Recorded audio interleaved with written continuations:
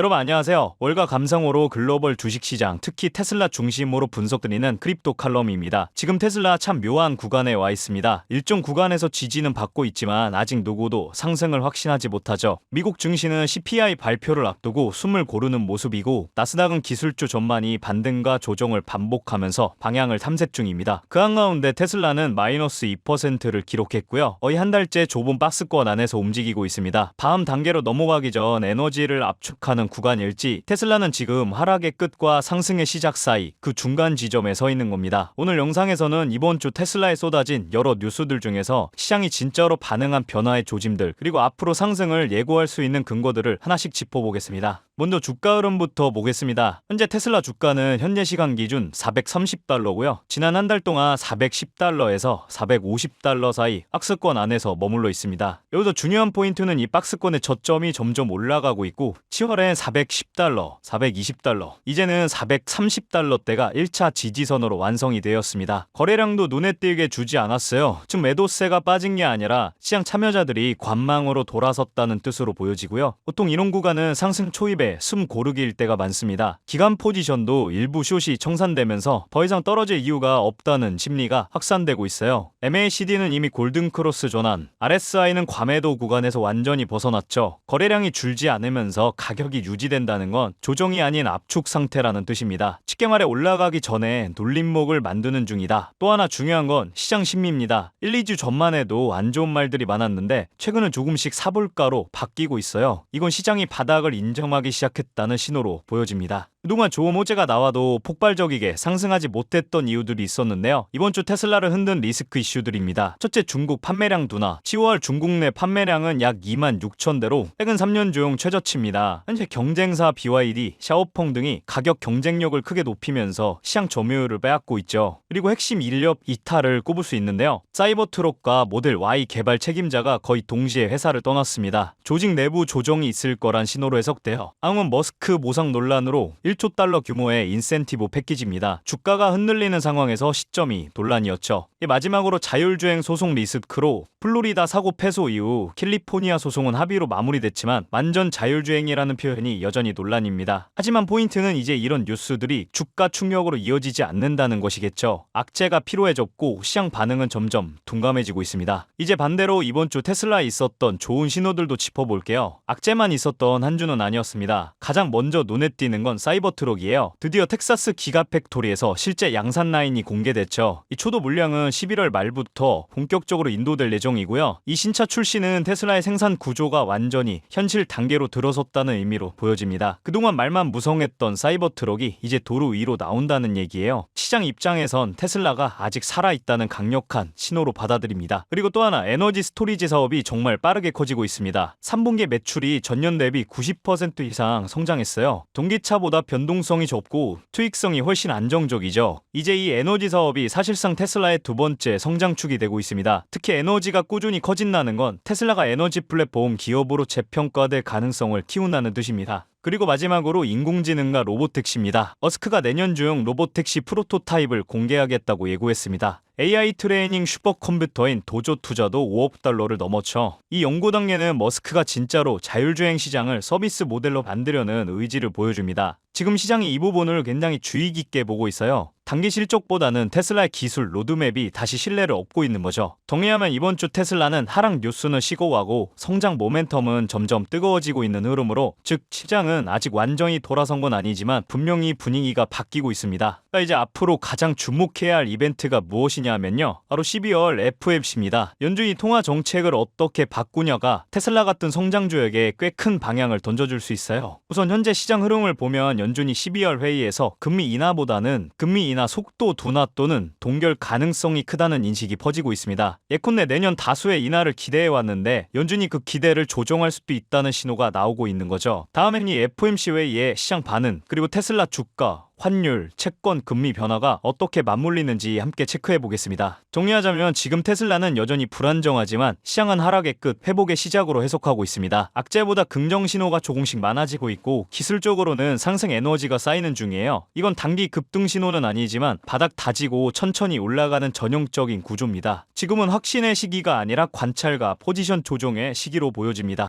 자, 그러면 요즘 같은 시장 속에서 우리는 큰 돈을 벌어가려면 어떤 투자를 해야 할까요?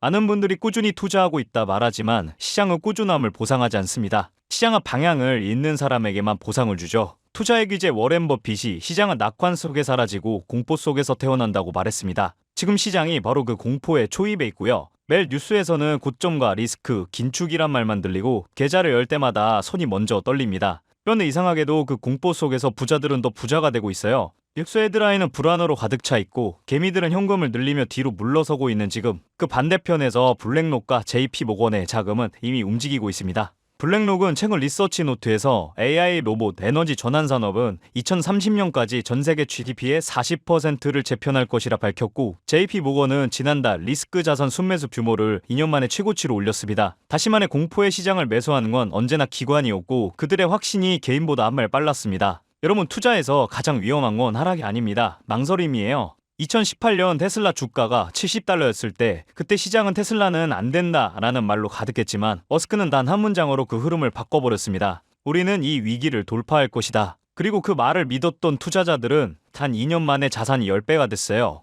그때 겁냈던 사람은 여전히 같은 자리에서 뉴스만 보고 있고 움직였던 사람은 이미 인생이 바뀌었습니다. 테슬라나 엔비디아 같은 M7 종목들을 이미 놓쳤다고요? 괜찮습니다. 그 뒤를 따라가면 더 크게 터지는 종목들이 있어요. 시장에는 늘 주인공이 먼저 움직이고 그 뒤를 따라 수십 개의 조연들이 폭발적으로 상승하거든요. 테슬라 혁명 이후 1년 뒤엔 배터리셀 기업들이 3배, 5배씩 뛰었고 엔비디아가 AI를 터뜨렸을 때도 마찬가지로 슈퍼마이크로 컴퓨터, 데이터를 저장하는 마이크론, 서버 전력을 담당하는 버티브 같은 기업들은 단 몇 달 만에 엔비디아 상승률의 3배 이상을 기록했습니다. 이게 바로 시장의 확산 구조입니다. 블랙록과 JP모건은 이미 1차 AI 기업보다 2차 수혜군 비중을 더 늘리고 있어요. 지금 시장도 똑같습니다. AI, 로봇, 에너지, 세 개의 산업이 동시에 확장되는 건 지난 30년 금융사에서도 거의 없었던 일입니다. 월가는 이걸 두 번째 산업혁명이라 부릅니다. 여러분, 지금 시장은 단순히 오르내리는 구간의 문제가 아닙니다. 정보의 속도가 너무 빠르고 그 안에서 자금은 초단위로 움직이고 있어요. 블랙록, JP모건 같은 기관들은 이미 3분기 전부터 이 데이터 흐름을 실시간으로 추적하고 있습니다. 반면 우리 같은 개인은 뉴스를 보고 움직이는 시점이 항상 두 박자 늦어지죠. 문제는 이겁니다. 지금 시장은 늦게 따라가면 안 되는 시장이라는 겁니다. 한 발 빠른 정보와 산업의 전환점, 그리고 기관의 실시간 자금 흐름, 이 세 가지를 모르면 다음 사이클의 문이 열릴 때 밖에서 구경만 하게 됩니다.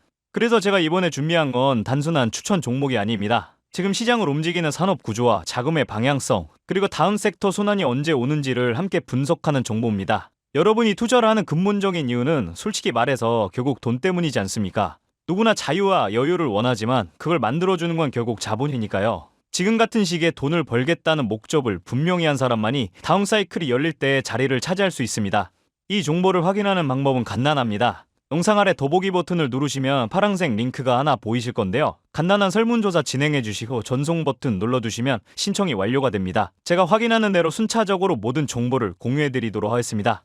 당연히 금전 요구나 무조건적인 투자 권유 또한 하지 않습니다. 방금 말씀드린 핵심 종목의 구체적인 정보뿐만 아니라 매 시장의 흐름을 주도하는 주요 이슈와 수급 동향까지 종문에서 올려드리고 있으니 급변하는 시장에 대응할 실질적인 무기를 얻어가실 수 있을 겁니다.